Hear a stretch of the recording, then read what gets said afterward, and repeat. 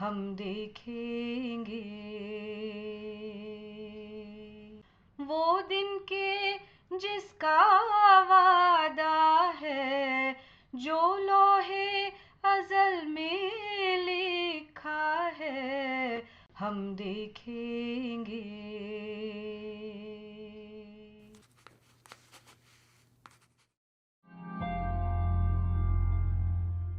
Welcome to another episode of Waqt Ki Awaaz. Today we are going to be talking about music and musicians who are deeply political and have been part of political movements, but at the same time do not write or perform what can be considered the stereotypical protest song. They write about the everyday, they appeal for empathy, they write about emancipation, and they write about the power of the dream. This episode is called Shopno Dekhbo Bole, so that I can dream. আমি শুনেছি সেদিন তুমি সাগরের ঢেউয়ে চেপে নীল জল দিগন্ত ছুঁয়ে এসেছ। আমি শুনেছি সেদিন তুমি নোনা বালি তীর ধরে বহুদূর বহুদূর হেঁটে এসেছ। আমি কখনো যাইনি জলে, কখনো ভাসিনি নীলে, কখনো রাখিনি চোখ ডানা মেলা গাং চিলে। আবার যেদিন তুমি সমুদ্র স্নানে যাবে, আমাকেও সাথে নিও, নেবে তো আমায়, বলো নেবে তো আমায়।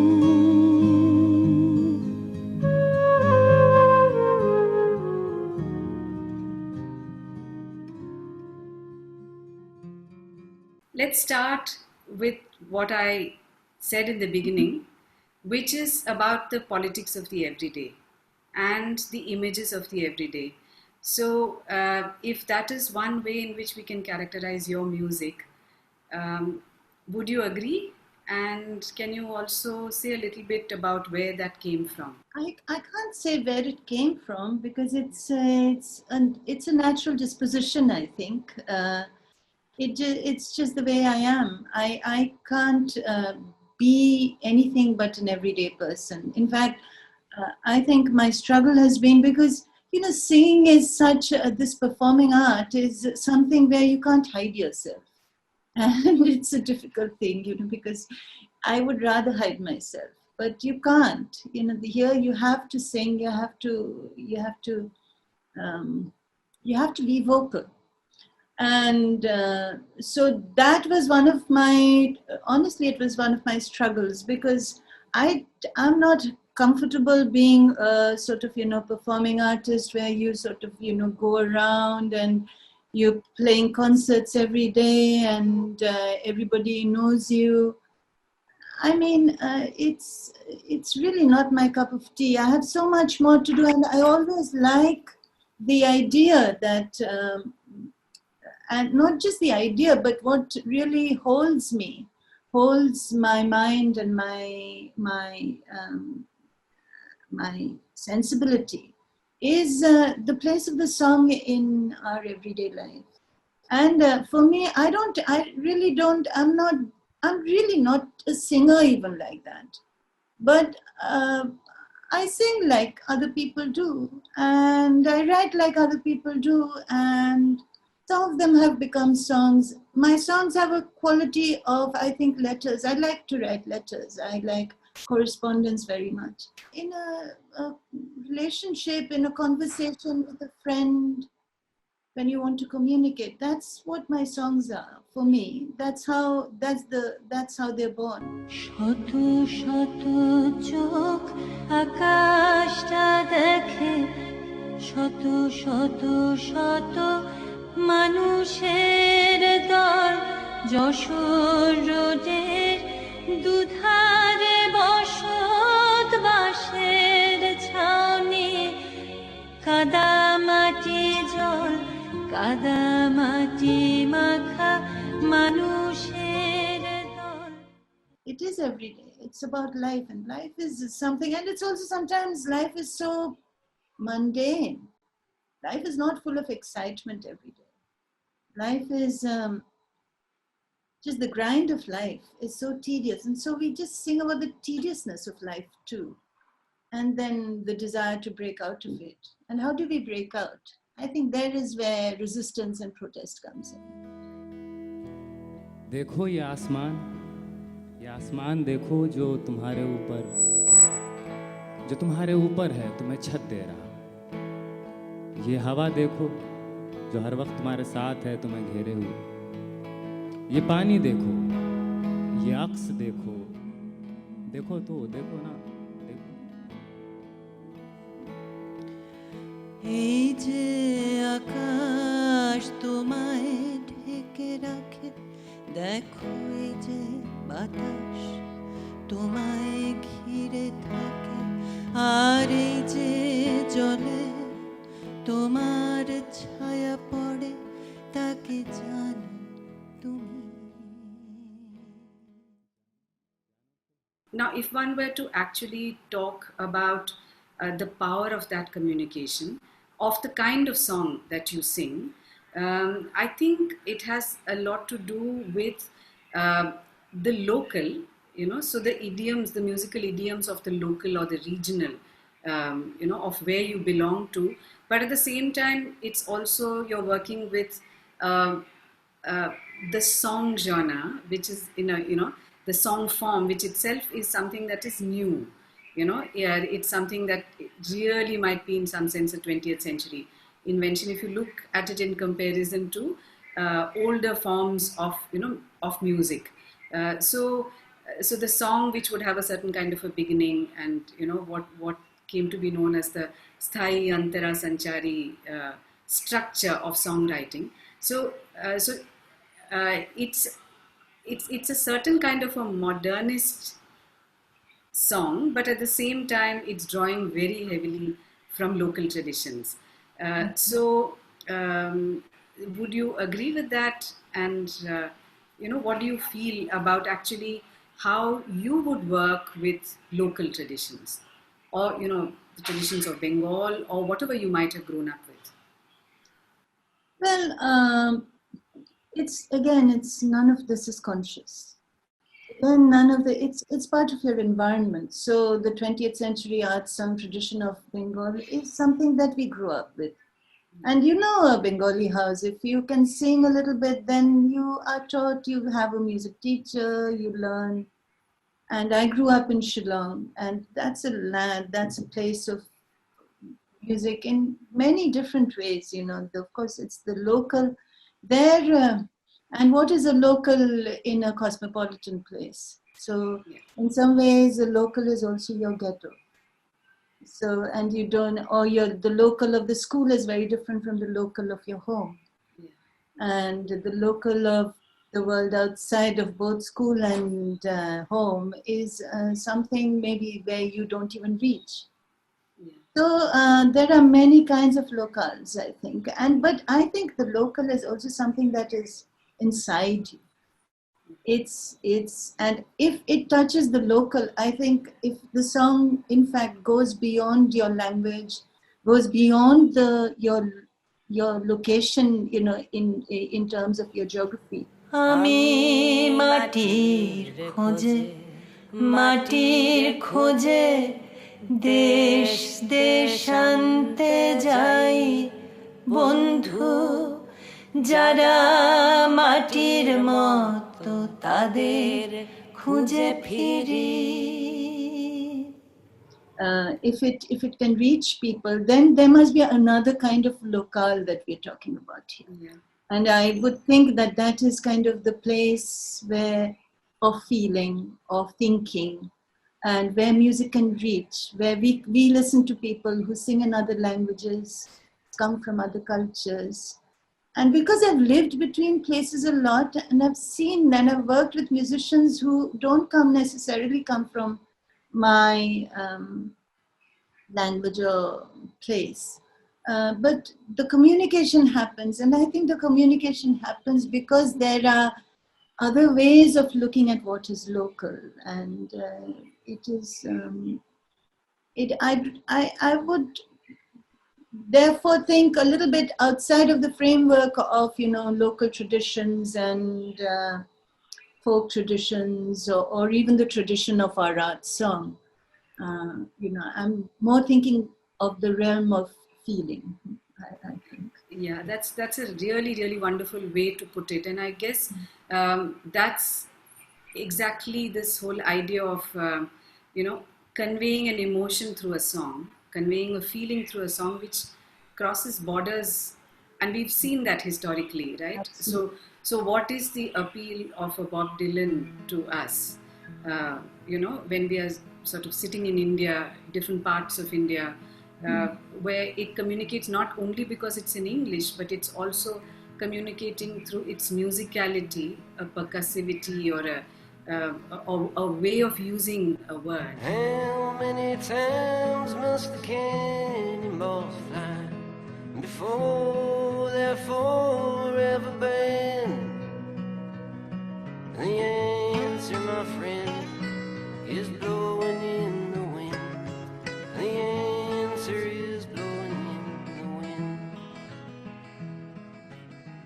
I'm using the example of Bob Dylan because, again, if one thinks of people who've had a phenomenal reach, and one wouldn't need to identify them in terms of any specific local, but but their music does get imbued with all that they are listening to. On the hillside, little boxes made of ticky-tacky, little boxes, all the same. There's a green one, and a pink one, and a blue one, and a yellow one, and they're all made out of ticky-tacky, and they all look just the same. So whether it is Joan Baez or a Bob Dylan or a Leonard Cohen, for that matter, who have appealed because of the kind of words that they used, or the kind of images that they used, and how the image got transmitted through the tune itself, which then gets completely taken up in a different way in a different kind of a location. So I'm actually talking about the power of that kind of a music. Exactly. But there's something else that comes up, and this is on the basis of what you yourself have said. When you grew up in Shillong, and you're a Bengali who has sung to a large extent in Bangla, it's also the nature of the urban in India, for example, isn't it? Where people who are experiencing life in different ways, in different places, and are therefore listening to various different kinds of sound and music and language, but do find the metaphors, or are trying to find the metaphors which can help them communicate musically. So, but that is something that perhaps is urban, but I don't want to bracket it as urban folk or something like that. But I do think it's a new and fresh kind of a music in the Indian context.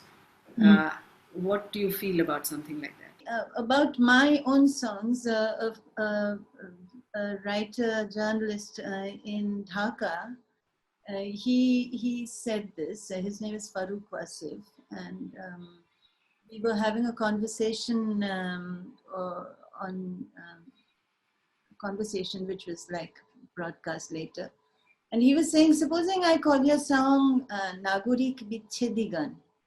So Nagorik is of course urban and of the nagar, of the city, and Biched is Biched, so it would be songs of separation.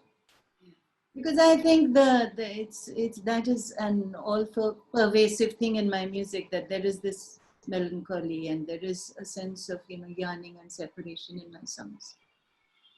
It's something I can't help. So and Can then can you sing something for us? yeah. So he was saying these are like urban songs of separation. But Bichchedi Gan is a genre in Bengal. So he was actually saying that, you know, it's almost like that genre has been transported and you into your music. I quite like the description actually. So yes, it is. Of course, it's certainly urban, but I've been thinking from the morning about one song that I wrote many years ago, but I haven't sung it for ages. And then when this lockdown happened, and then there were all these people on the streets trying to reach home, then I remembered this song. And this song is, so we were talking about, it kind of brings together many of the ideas that we're talking about here. So the everyday thing. So I wrote this song when I used to work for the Statesman. That's the other thing. You know, I always wanted to have another career because I did not want to be a singer and depend on, you know, my living from music. Although what I do is music, whatever I do is music in many ways. But I was coming home from my office would actually mean a lot of images, because you're walking on the city and you are in a car, in a vehicle, waiting for the bus, the tram, whatever, and you see people. And I wrote this song which is called Dol Dol Dol. It's like a cradle song, and it's like it has all these images where পথের পাশে ছোট্ট দোকানে দেখেছি খুঁটিতে খুঁটিতে টাঙানো দোলনায় তোকে দোল দোল দোল পথের পাশে ছোট. So I saw you in this roadside shop, and you were just, you know, you were swinging in this little cradle that that had been put up. And you were hanging, you were swinging there. Dol, dol, dol. Ma kaje ব্যস্ত তারি ফাঁকে ফাঁকে ছেঁড়া শাড়ি দিয়ে টাঙানো দোলাতে দোলাচ্ছে তোকে দোল দোল দোল. So your ma, she's like busy, so with one hand, you know, so she's just rocking the cradle as she's doing some work. And we've all seen these sights. Yeah. Now, why do we see it? Why do I see it? I also see it, and here, Sumangala, I think we should think about ourselves as also as women. And as women, we see things, we notice things. I think we have a more holistic view of things. We see things that maybe, you know, I'm not saying men can't, but they might not be able to because sometimes because they were not taught. So they're not conditioned to see these things, and we notice things more. Yeah, that's you know, beautiful and very, very evocative. And as you say, I think the power of a song like this, you know, really transcends time in some sense. So it's not really about responding exactly to an event, but you're responding to a certain predicament and a certain part of the human condition, which has resulted in a lot of tragedy in people's lives. So, you know, when we're talking about the power to dream, really, is to imagine, as you said, that little child will then be walking around and, you know, liberated in whatever way. So whatever that dream might be, it could be, you know, getting out of bondage, it could be escaping starvation, it could just be reaching home, you know, in the long trudge away from the workplace towards home that we saw of literally millions of, you know, migrant workers who walked home in India just after the lockdown was imposed. So yeah, thank you so much for that, you know, this is really what I wanted to talk to you about.